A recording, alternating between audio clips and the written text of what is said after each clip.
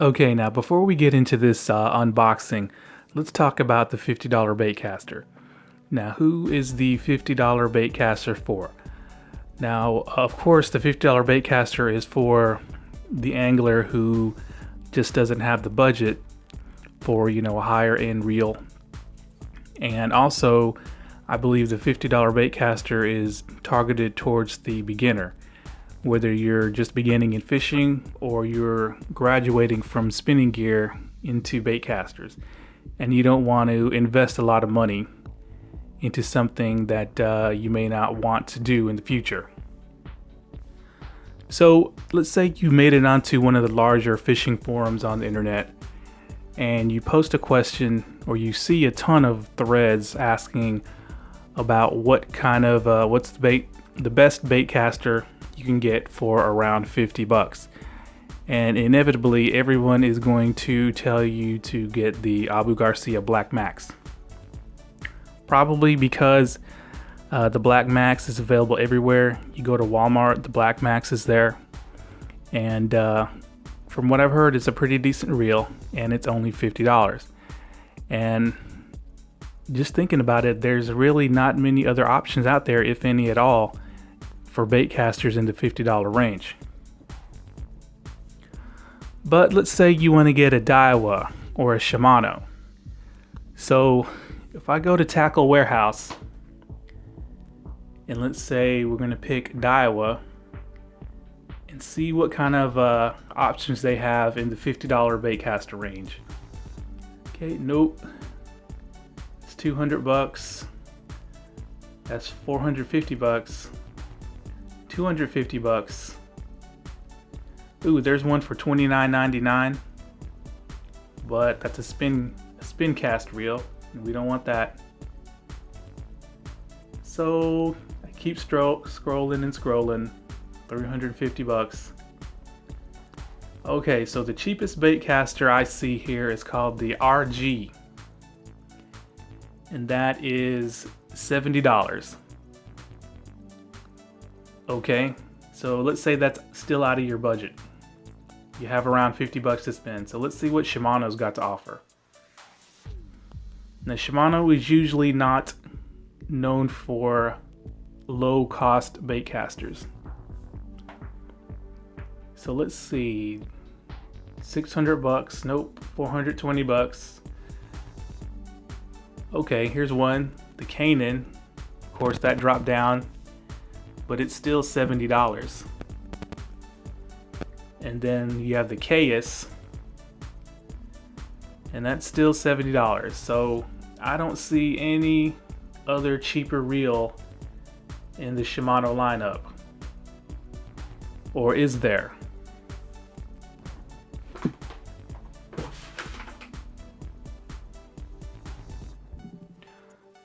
So after doing some research on Shimano Japan's website, I saw a really cheap baitcaster, and with the exchange rate, it looked like it was going to be around the $50 range. So I went on Amazon and I found it, and it was only $52 shipped. So I placed the order, and it took over 1 month to get here, but it finally got here, and I'm going to share this unboxing with you guys. Okay.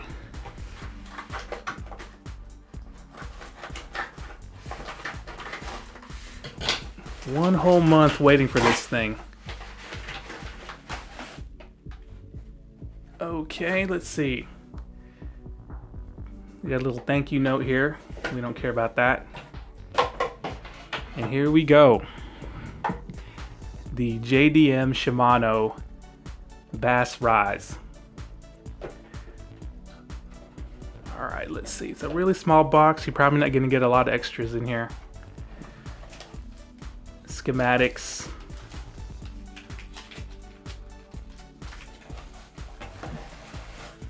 Okay, this reminds me of opening up a DAIWA reel. It just comes in wrapped in plastic and nothing else in there.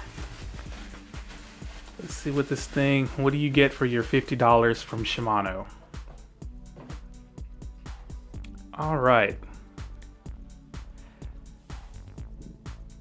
Now, first of all, the title was kind of clickbait, but it's not. And I'll get into that here in a second. Let's take a good look at this thing. It's really dark, looks like a dark blue. And this is obviously based off the old G series. And there's a couple of reasons why I wanted this reel. And I'll go over that with you guys in a second, but take a good look here. It's a handsome little reel. Not the smoothest turn in the handle.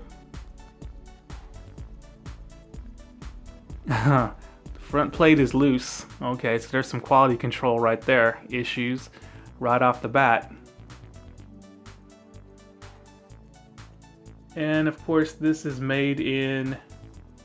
Where is this made? I can't read that. I think it's Malaysia. Yeah, of course, this is going to be not made in Japan, but made in Malaysia. All right. Okay, so now that we've taken a good look at it and took it out of the box, let's go over what Shimano Japan gives you for around $50.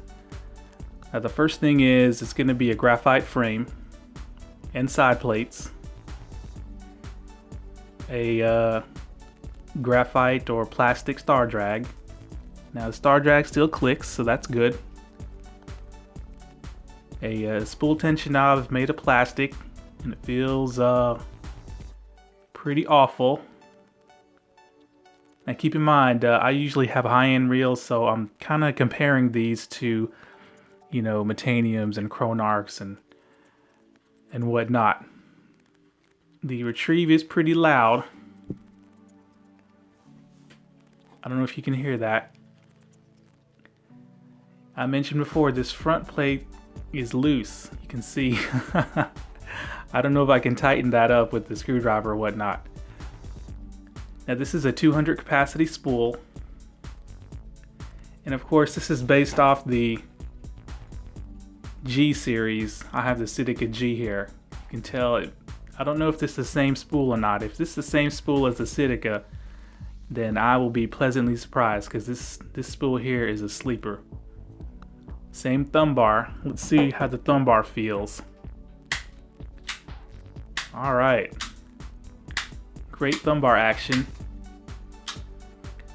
There's no mushiness. No kind of slop there. And the main reason why I got this is because of this. These are magnetic brakes from Shimano. It's got this external dial here. It's got 1, 2, 3, 4, 5, 6, 7, 8, 9, 10, 11, 12. So 11 settings or 10 clicks on the magnetic dial. And they call this the Easy Mag system. So Shimano, of course, is known for their centrifugal systems, but on their cheapest reel, they go with magnetics. So let's get some weights on this thing.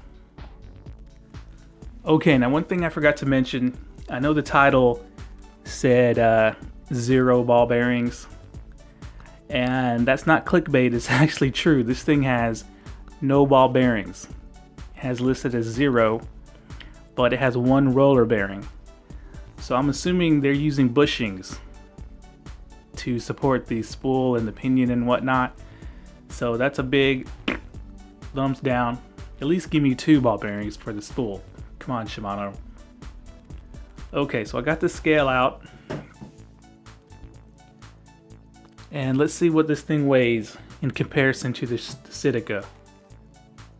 The CITICA feels heavier in my hand, but let's see what the scale says.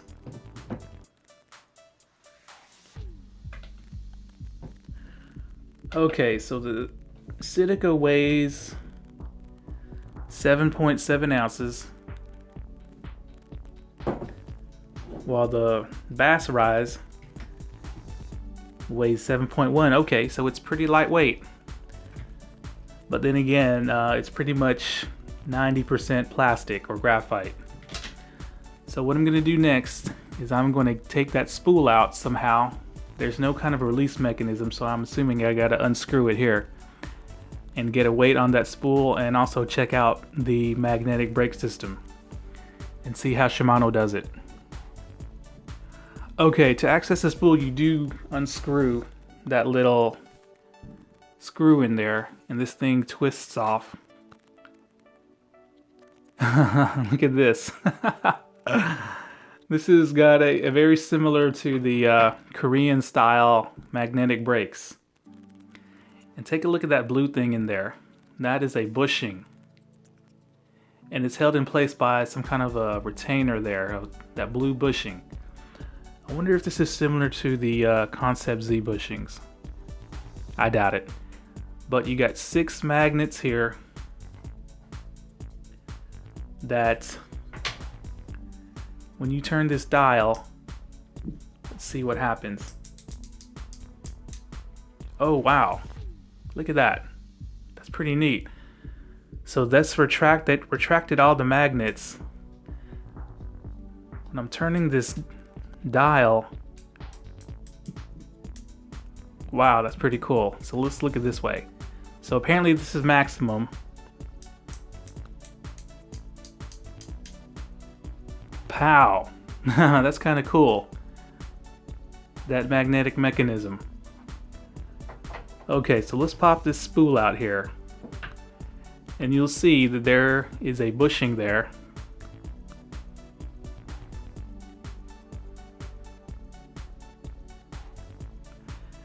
And of course we're going to weigh this thing.